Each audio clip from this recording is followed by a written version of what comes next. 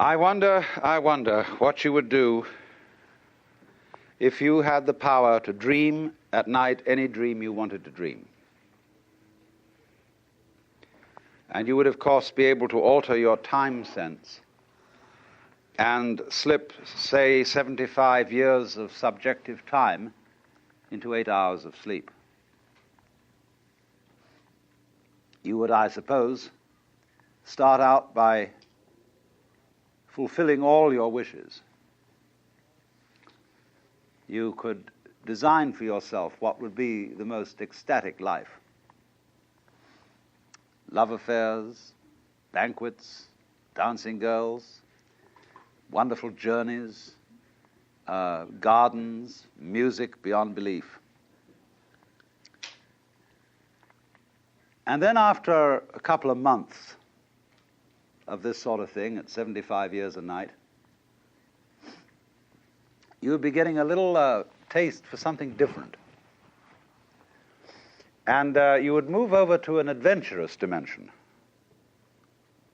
where there were certain dangers involved and the thrill of dealing with dangers. And you could rescue princesses from dragons and go on dangerous journeys, make wonderful explosions and blow them up, and eventually get into contest with enemies. And after you've done that for some time, you'd think up a new wrinkle to forget that you were dreaming, so that you would think it was all for real, and to be anxious about it. And then, because it'd be so great when you woke up, and then you'd say, well, like children who dare each other on things, how far out could you get? What could you take? What dimension of being lost, of abandonment of your power, what dimension of that could you stand? You could ask yourself this because you know you'd eventually wake up. And after you'd gone on doing this, you see, for some time, you would suddenly find yourselves sitting around in this room with all your personal involvements, problems, etc., talking with me. How do you know that's not what you're doing? Could be.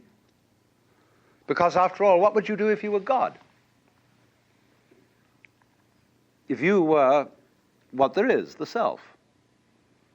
In the Upanishads, the basic texts of Hinduism, one of them starts out saying, in the beginning was the self. And looking around, it said, I am. And thus it is that everyone to this day, when asked who is there, says it is I, and thereafter gives whatever particular name he may have. For if you were God, and in this sense that you knew everything, and you were completely transparent to yourself through and through, you would be bored.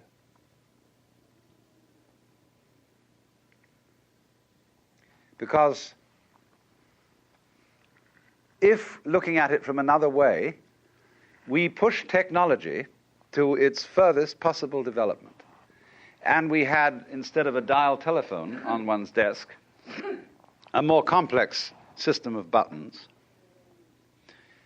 and one touch beep would give you anything you wanted, Aladdin's lamp, you would eventually have to introduce a button labeled surprise. Because all perfectly known futures, as I pointed out, are past. They have happened, virtually. It is only the true future is a surprise. So if you were God, you would say to yourself, man, get lost. And it's strange that this idea is obscurely embedded in the Christian tradition, when in the Epistle to the Philippians, St. Paul speaks of God the Son, the Logos, the Word of God, who is incarnate in Christ, and says, "Let this mind be in you which was also in Christ Jesus, who, being in the form of God, thought not equality with God a thing to be clung to, but made himself of no reputation, and humbled himself, and was found in fashion as a man, and became obedient to death." Same idea. Same idea as the idea of the dream. You get that very far out dream of getting as extreme as you can get.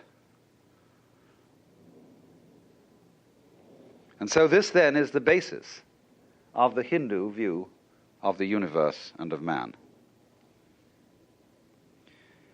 The Hindu looks upon the universe as a drama. The Westerner, of course, looks upon the universe as a construct, as something made. And it is not therefore insignificant that Jesus was the son of a carpenter.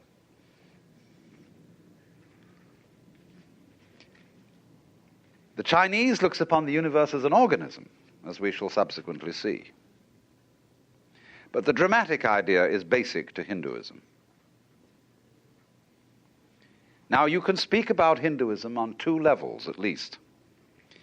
One I will call the metaphysical level, and the other the mythological level. If you speak on the metaphysical level, you can speak only in negative language. You can say what the divine, the ultimate reality, is not.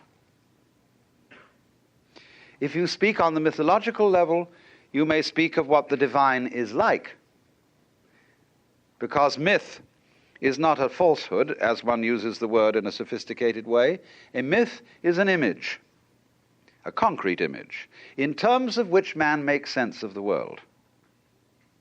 And thus the idea of God the Father, or God the Maker, is a myth, because it's an image.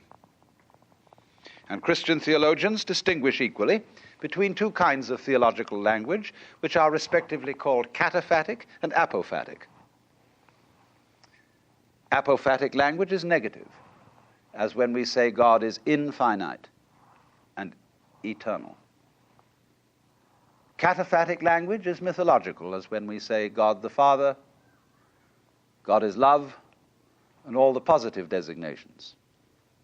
We are not saying God is a cosmic male parent, but is analogous with the Father. So with Hinduism. But what I'm going to speak to you in, first of all, is the mythological language of Hinduism. The idea of the universe as the big act. The universe is God playing hide and seek with himself. For God is thought of fundamentally to the Hindu as the self, the cosmic I. And it is a basic proposition for the Hindu that only the self, the Godhead, is real. There is nothing other than the Godhead. So that the appearance, the feeling that there are other things than the Godhead is called Maya.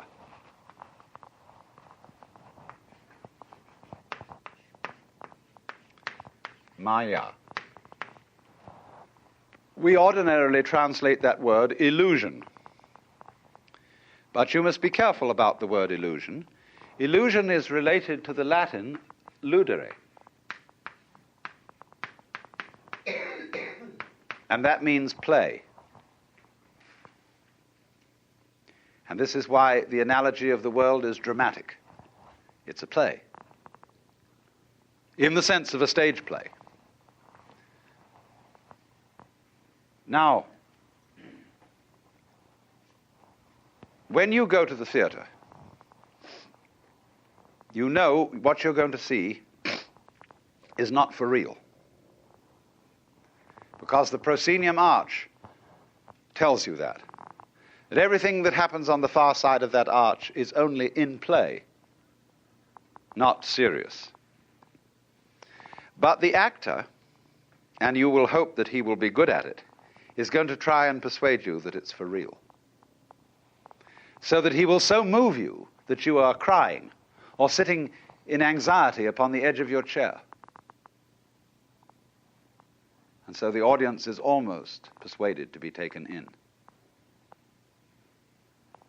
Now, what about if this would happen with the very best actor of all, the great actor? The audience would, of course, be completely taken in. But in this case, of course, the actor and the audience are the same, the self. The self has thus the capacity to abandon itself, to forget itself, to hide from itself, and thus to make the most completely convincing illusion, but in play. And so the activity, the creative activity of the Godhead in Hinduism is called lila, which means play. Our word lilt is related to it, I think. But so also in the book of Proverbs, you will find a discourse being given by the divine wisdom. The Lord possessed me in the beginning of his ways before his works of old. I think it's the 22nd chapter of Proverbs, in the course of which the wisdom says that its delight was to rejoice, the King James Bible says, in the presence of God and with the sons of men. But the Hebrew translated rejoice says play. Rejoice is a sort of dignified Elizabethan, but it says play. And St. Thomas, aware of this, said that the divine wisdom was above all to be compared with games, because games are played for their own sake and not for any sort of ulterior motive. So also music is a kind of non-purposive thing, because you don't either play music to reach a destination, nor do you dance to reach a particular place on the floor. It is the doing of it itself that is important, because after all, if the object of music were to gain a certain destination, those orchestras that played fastest would be considered the best. So the idea is that that dancing and music, more than other arts, represent the nature of this world. That it is playful, that it is sport. That it may be sincere, but is definitely not serious. And as G.K. Chesterton well put it once, the angels fly because they take themselves lightly.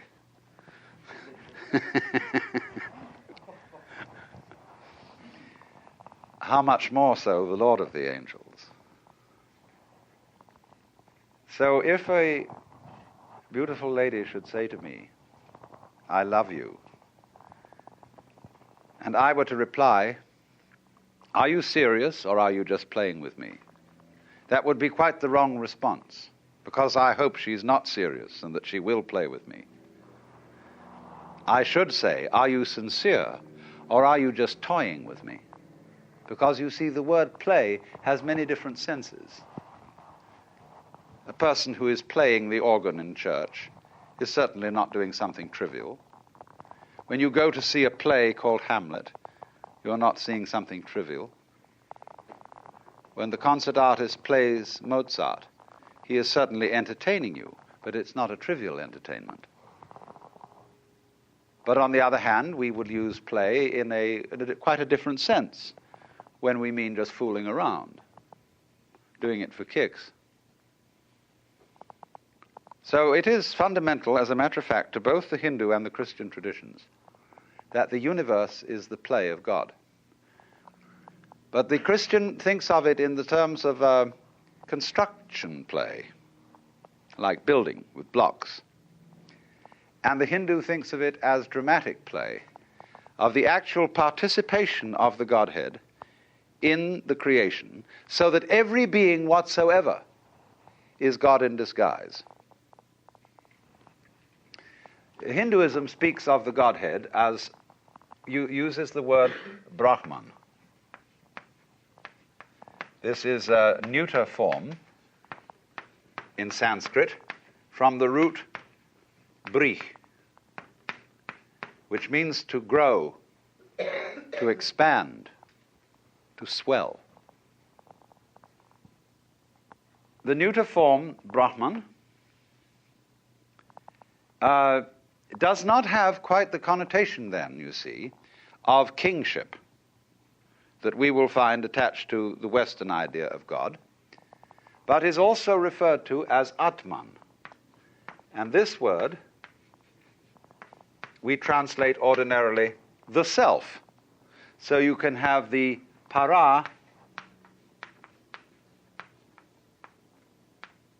param, you put the M in to connect the particle, Paramatman, which means para, the supreme self, or sometimes just the Atman alone, and that means the self in you.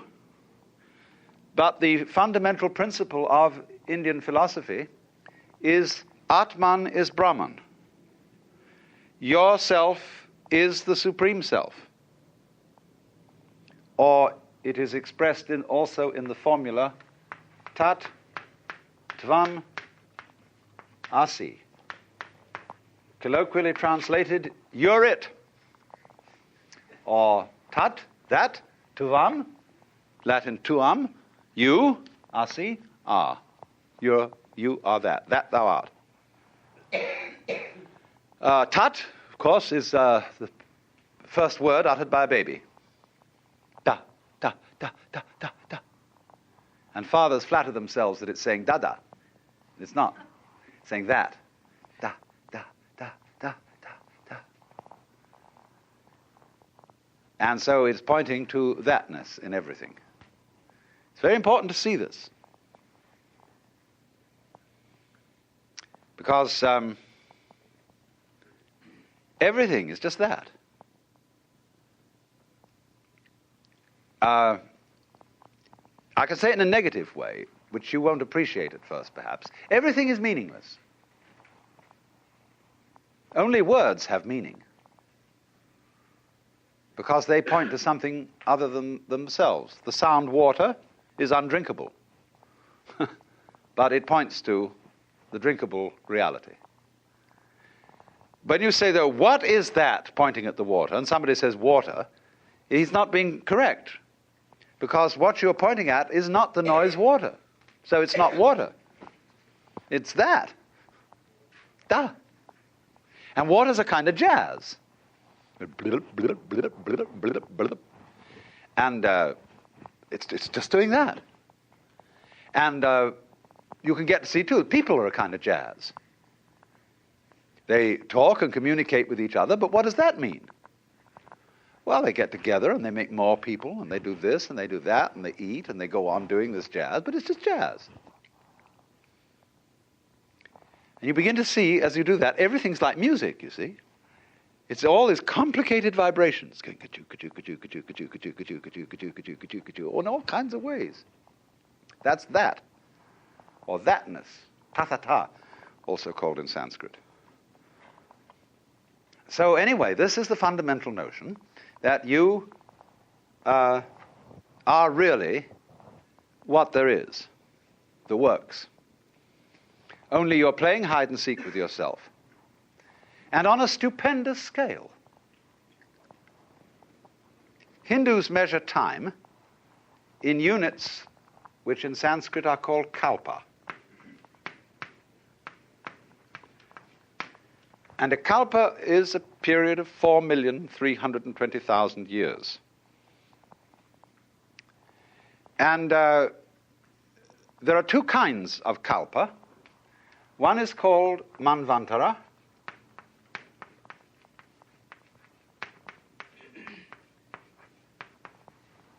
and the other is called pralaya.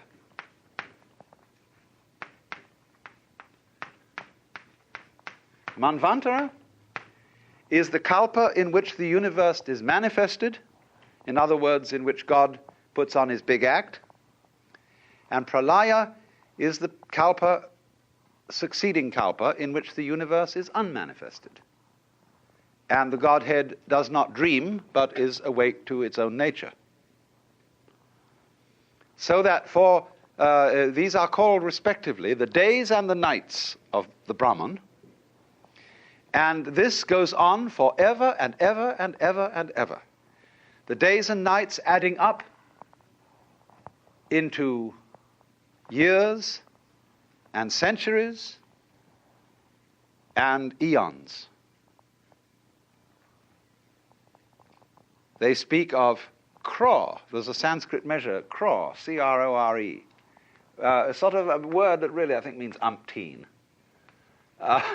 Crores of kalpas. And this is the in-breathing and the out-breathing. There's the word hangsa. And this word in Sanskrit, hangsa, means a swan or a big water bird, like a gander. There's a myth that there is in the beginning the divine bird which lays the egg of the world. And the egg splits, and the upper is the heavens, and the lower is the earth. Now, so when the worlds are manifested, the Lord breathing out says, hung. And when the worlds are withdrawn, the breath comes back, hung. But if you say hung, sa, hung, sa, hung, sa, hung, it becomes sa, hung, sa, hung. Sa, ahang. That means, sa means that, the truth, ahang, I am. I am that. It's like, imagine, when we get to the final moment in which the world is blown up.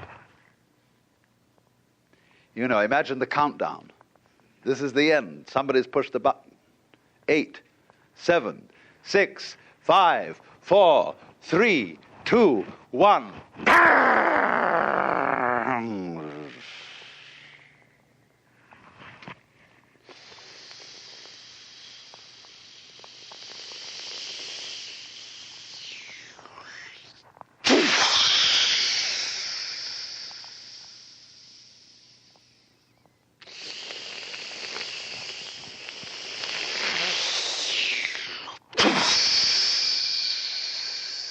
What are you listening to? Sound of the waves.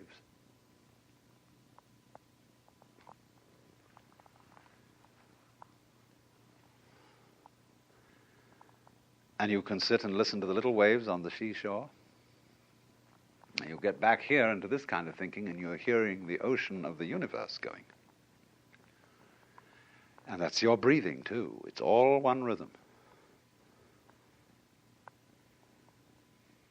So it may be that every star was once a planet populated by intelligent people who found out about the fundamental energy of the universe and blew themselves up. And as they blew up, they scattered all kinds of stuff out which became little planets. Which in a long time, life started all over again. Because the Hindu theory is very odd. Every kalpa in the Manvantara period, where there's a manifested world, is divided into 4 subdivisions of time, each one of which is called a yuga. That means roughly an epoch or an era. And there are 4 yugas, and they're named after the different throws in the Indian game of dice. There are 4 such throws, and the first is called Krita. That means, Kri means to do, as when we say something is done, truly done. It's the perfect throw of 4. The second is called Treta, which is the throw of 3. The next is called Dvapara, which is the throw of 2.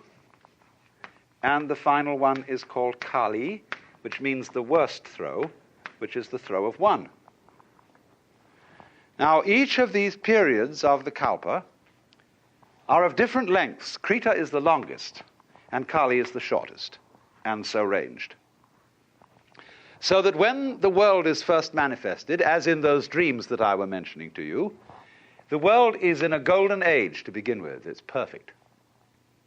And that is the longest period of time. Then when we get a little bit more adventurous, you see, The Treta means that in this era, a kind of disharmonious element enters into things. It's like a three-legged chair isn't so secure as a four-legged chair. It's just a bit inclined to tip. And as it were, as a fly in the ointment, the snake in the garden. Then comes Dvapara, in which the forces of good and evil are equally balanced. And finally, Kali, which is the shortest period, where the forces of evil are triumphant, and the world is destroyed at the end of it. For then the Godhead appears in the form of Shiva, who represents the destructive aspect of the divine energy, and whereas Brahma is the creative, Vishnu the preserver, Shiva the destroyer. But Shiva is always the destroyer in the sense of the liberator, the guy who breaks up the ruts. And he comes on with a blue body and 10 arms and a necklace of skulls. Indian gods have many arms because they are cosmic centipedes. They do all things without having to think about it. Like the centipede doesn't have to think about how to manipulate its legs. Like you don't have to think how to grow your hair. And as Shiva dances what is called the Tandava, which is the dance of destruction at the end of the cycle, at the end of the kalpa, you will see that his hands contain clubs and knives and bells, but one hand is like that. And that gesture means don't be afraid. It's a big act. It is all, as it were, the outflowing of your own consciousness, of your own mind. Now then, Hindu life is related to this cosmology.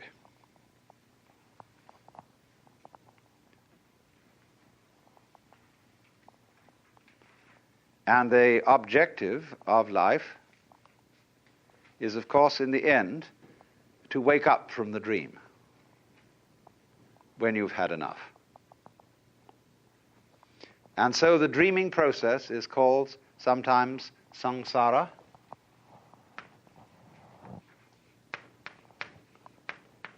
Samsara is the round, the rat race. And samsara is divided into 6 divisions.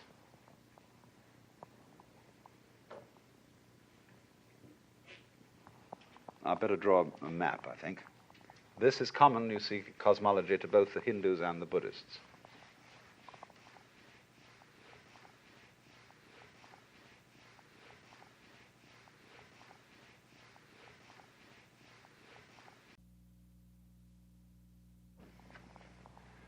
This is the world of the Deva. And this is the same root from which we get both divine and devil. But Deva means angel. The highest and most successful beings in the universe. And so opposite, this is the world of Naraka, who are the most unsuccessful. These are the purgatorial worlds of extreme suffering. This is the world of Ashura. They are also angels, but they're angry angels, representing the wrath potential of energy. This is the world of animals. This is the world of preta, for which we have no English equivalent. They are hungry or frustrated spirits who have enormous stomachs but mouths only the size of needles. Vast appetite and no means of fulfillment. And this is the Manu world, that is to say, the world of man. You don't have to take this literally. You could say, when you're extremely happy or ecstatic, you're here. When you are miserable, you're here. When you're dumb, you're here. When you're mad, you're here. When you're frustrated, you're here. But when you're more or less your normal, rational self, you're here. Now, so all life, through the period of the kalpas, goes grinding around this wheel. And if you go up and you succeed and you get to the top, you have to come down. They don't see success, in other words, in the world as a method of liberation, because it implies failure. So the idea of liberation, which is called moksha,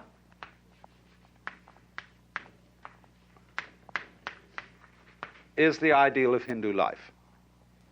Wake up, it's a dream. And in time, there is no hope in time. Everything is going to get worse in time, because, as you know, it does. We all fall apart in the end. Everything falls apart. Institutions, buildings, nations, it all crumbles. And people say, well, that's an awfully pessimistic philosophy. Well, is it? I would rather say that the people who have hope in the future are the miserable people, because they're like donkeys chasing carrots that are dangled before their noses from sticks attached to their collars. And they pursue and they pursue in vain, always hoping that tomorrow will be the great thing, and therefore incapable of enjoying themselves today.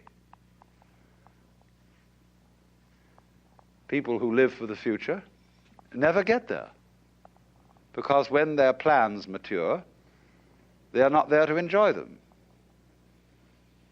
They're the sort of people who spend their lives saving for their old age and trying to teach their children to do the same thing, so that when they retire at 65, they have false teeth and wrinkles and prostate trouble and all that sort of thing. Where were you going? What did you think it was all about? Furthermore, the fact that life is transient is part of its liveliness.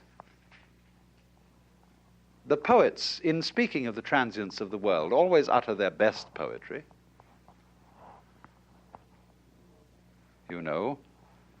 Our revels now are ended, and these our actors, as I foretold you, are all spirits, and are melted into air, into thin air. And like the baseless fabric of this vision, the cloud-capped towers, the gorgeous palaces, the solemn temples, the great earth itself, aye, all which it inherits shall dissolve. And like this insubstantial and pageant faded, leave not a rack behind. We are such stuff as dreams are made of, and our little life is rounded with a sleep. And said so well, it doesn't seem so bad after all, does it?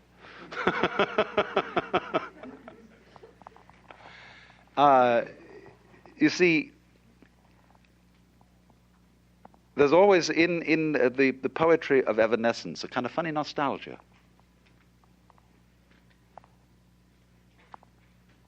Moralists will say, those lovely lips which you so delight to kiss today will in a few years rot and disclose the grinning teeth of a skull. So what?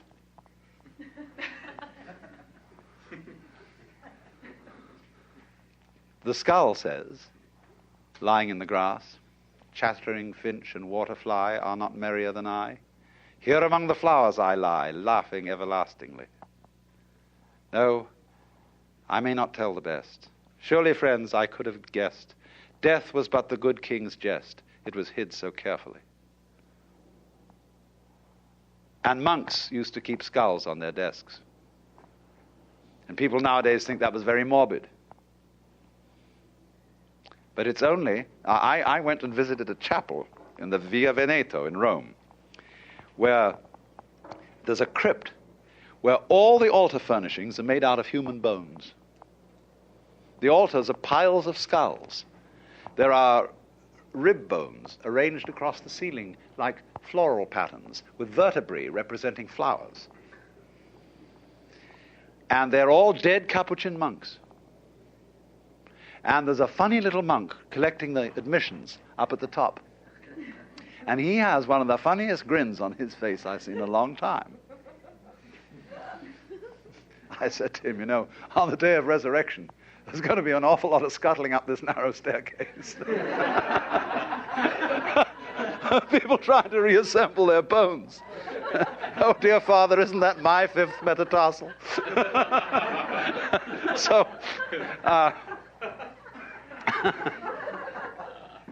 the whole idea, you see, is that everything's falling apart. So don't try and stop it. When you're falling off a precipice, it doesn't do you any good to hang on to a rock that's falling with you. See? But everything is doing that. And so, again, this is another case of our completely wasting our energy in trying to prevent the world from falling apart.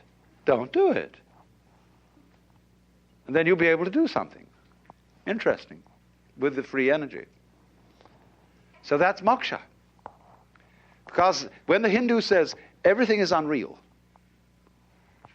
the Westerner reacts and says, no, you can't treat life as a dream. It's serious, it's real, it's for real. And what do you mean by that? Well, how real do you want it to be?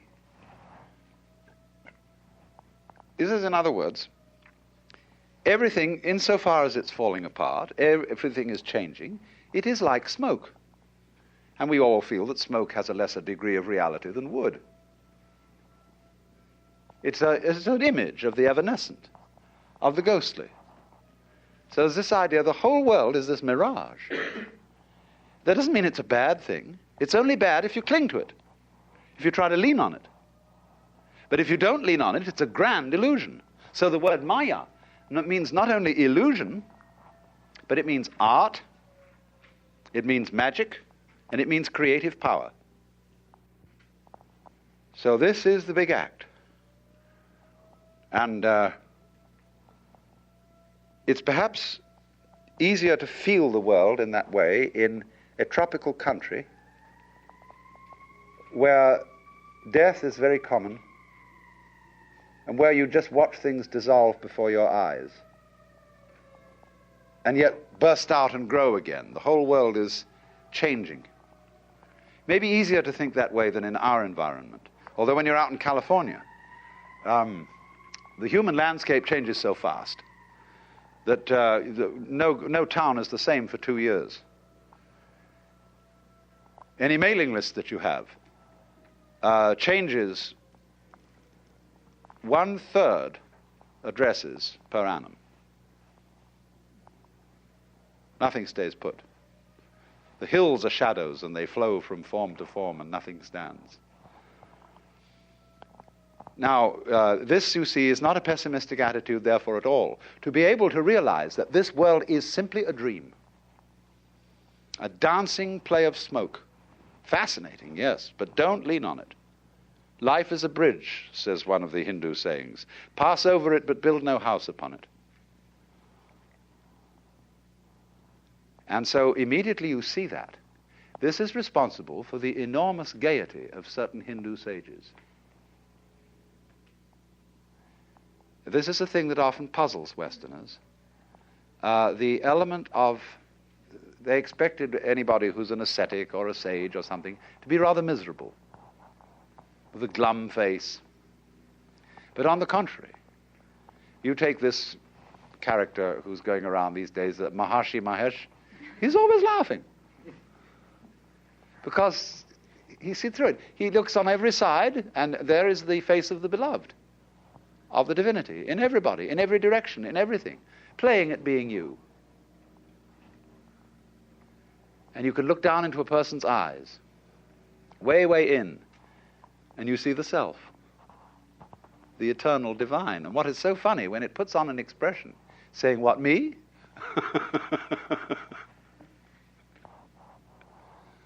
And the guru, the teacher. When people go to a guru, they get all sorts of funny ideas. They think, oh, he's looking right through me. He sees me through and through. He knows how awful I am. Reads my most secret thoughts. Because he has a funny look in his face. He isn't even interested in your secret thoughts.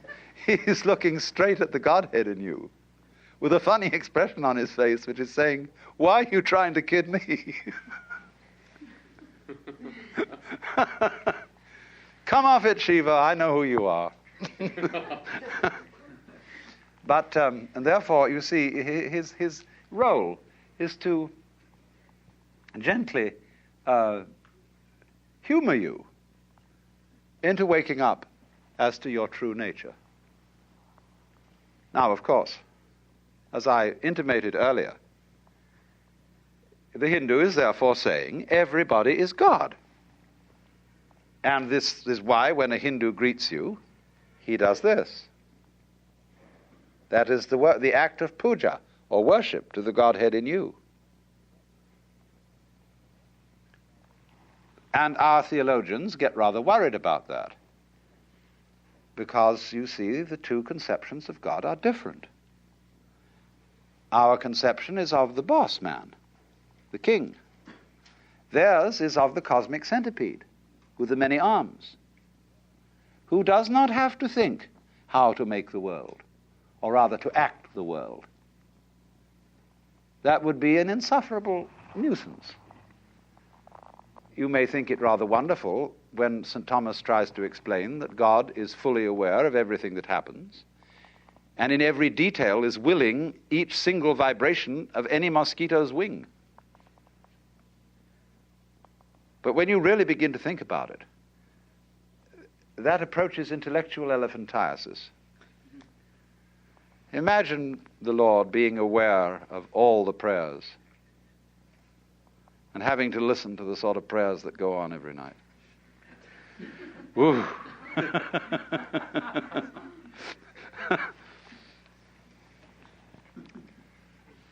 God heard the embattled nation shout, Gott strafe England, and God save the king. God this, God that, and God the other thing. Good God, said God, I've got my work cut out.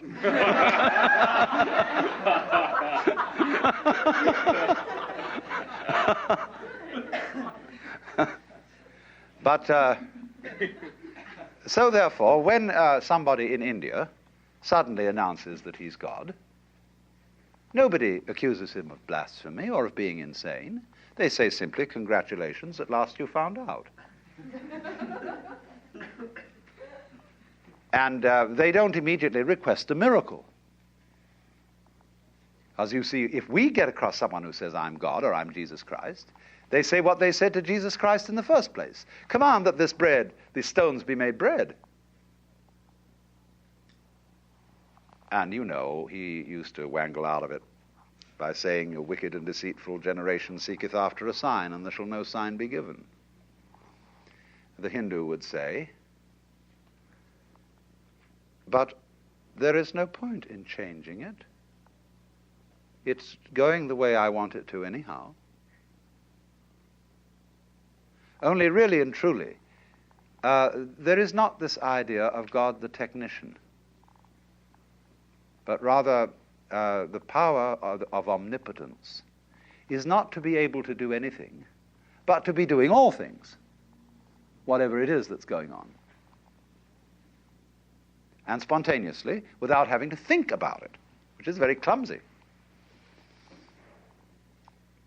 Now then, I must say something about how then this relates to the life of the Hindu. The Hindu divide life into certain stages, what are called the ashramas. The first is called brahmacharya, the second grihastha, and the third vanaprastha. Brahmacharya means the stage of the student, the apprenticeship. Grihastha, the stage of the householder. And vanaprastha, the stage of the forest dweller. This is related to cultural history of early India. Before we have agrarian communities, we have a hunting culture, which is on the move. In a hunting culture, every male knows the whole culture. There is no division of labor. And the holy man of the hunting culture is, of course, called a shaman. A shaman is a a realized man, a man who knows the inner secret. He's seen through the game. And he finds it by going away alone into the forest and cutting himself off from the tribe. That is to say, from social conditioning. And he goes maybe for a long period into the forest and comes back. He's found out who he is. And he sure isn't who he was told he was. But as hunting cultures settle into agrarian patterns of life, what do? They build a village. And around the village they set up a stockade, which is known as the pale. And the village is always, of course, standing at crossroads. And there you get in an agrarian society a division of labor. And the division of labor comprises four. In medieval Europe, we call them lords spiritual, lords temporal, commons, and serfs. In India, they are Brahmins, Kshatriya, that means fighters,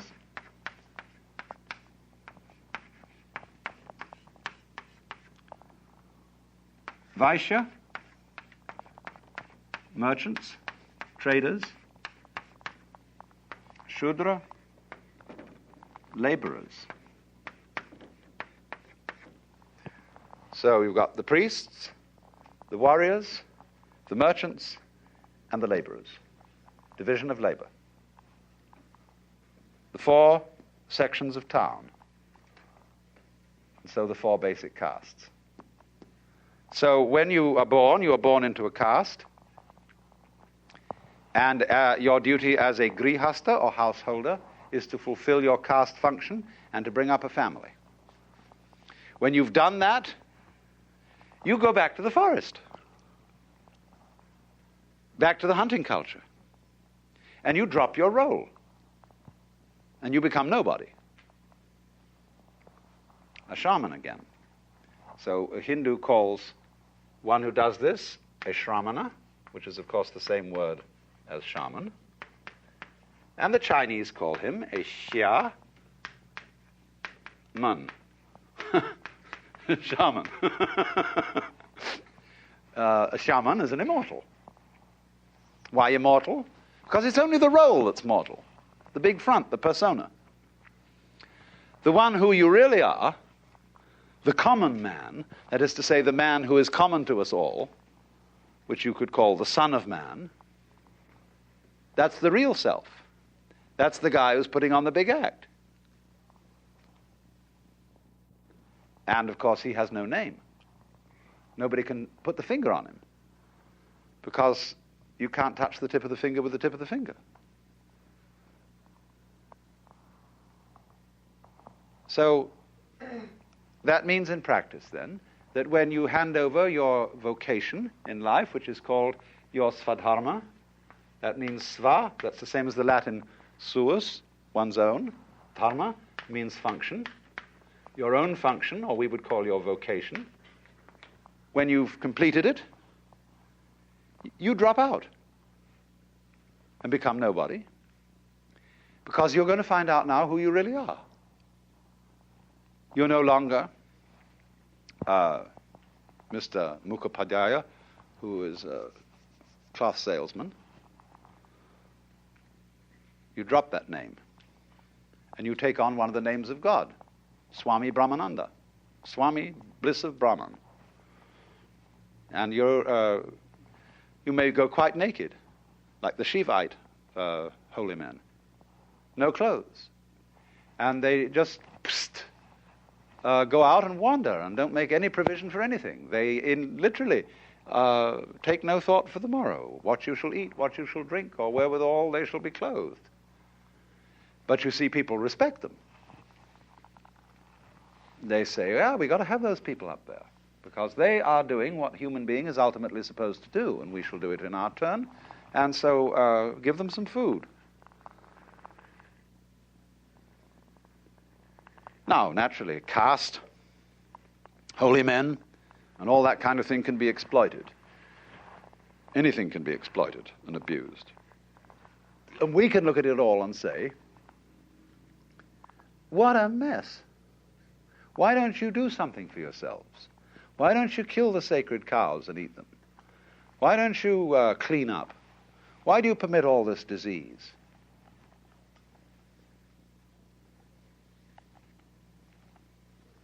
Just try and see something from another point of view for a change. I'm not saying that we should do what the Hindus do, but just look at it from another point of view.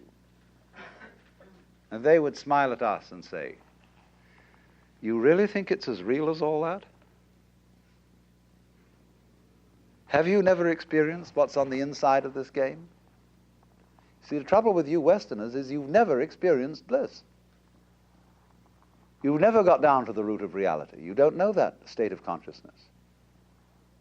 And so you're frantically trying to patch everything up and pin it all together and screw the universe up so that it's fixed. You can never do it. All it is going wildly rushing around and creating trouble. Of course, Western-educated Hindus think the same way. They are now for rushing around and patching India up. And what's going to happen is they're going to arm all the millions of people in India. And they're going to create a lot of trouble in Asia one of these days when they become a powerful society. They're already scared of the common man. Yeah. Scared to death, they'll revolt. Oh, of course. That idea in Christianity of struggling and not resting. Yeah, that's true, you know, because of the big fight with the devil. Right. You see? The war in heaven, you see. Now, the funny thing about that is, when you read Milton's Paradise Lost, long before Lucifer decided to rebel, the whole of heaven was armed. And he describes the legions of angels with their escutcheons and gonfalons and military deportment. Who was looking for trouble?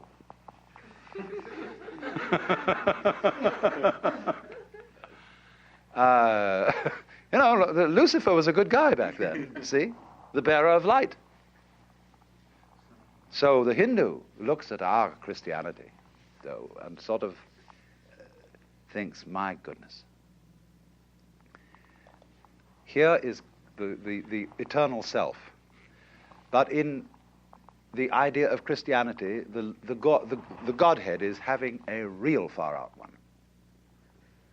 Because not only is he incarnating himself, say, as some wretched beggar, but he's incarnated himself as a Christian soul who believes that in this one short life he will decide his eternal destiny. And the possibilities of making a mistake are far greater than of being a lousy beggar. The possibility involved in the Christian gamble is to fry in hell forever, and ever and ever and ever. Even the Avicii hell at the bottom of the Naraka only goes on for about one kalpa. But the everlasting damnation, what an idea. So the Hindu says, bravo, you know. God has really done a dare on himself this time to be a Christian soul, to be a Christian soul, to be a Christian soul, to be a Christian soul, to be a Christian soul, to be a Christian soul.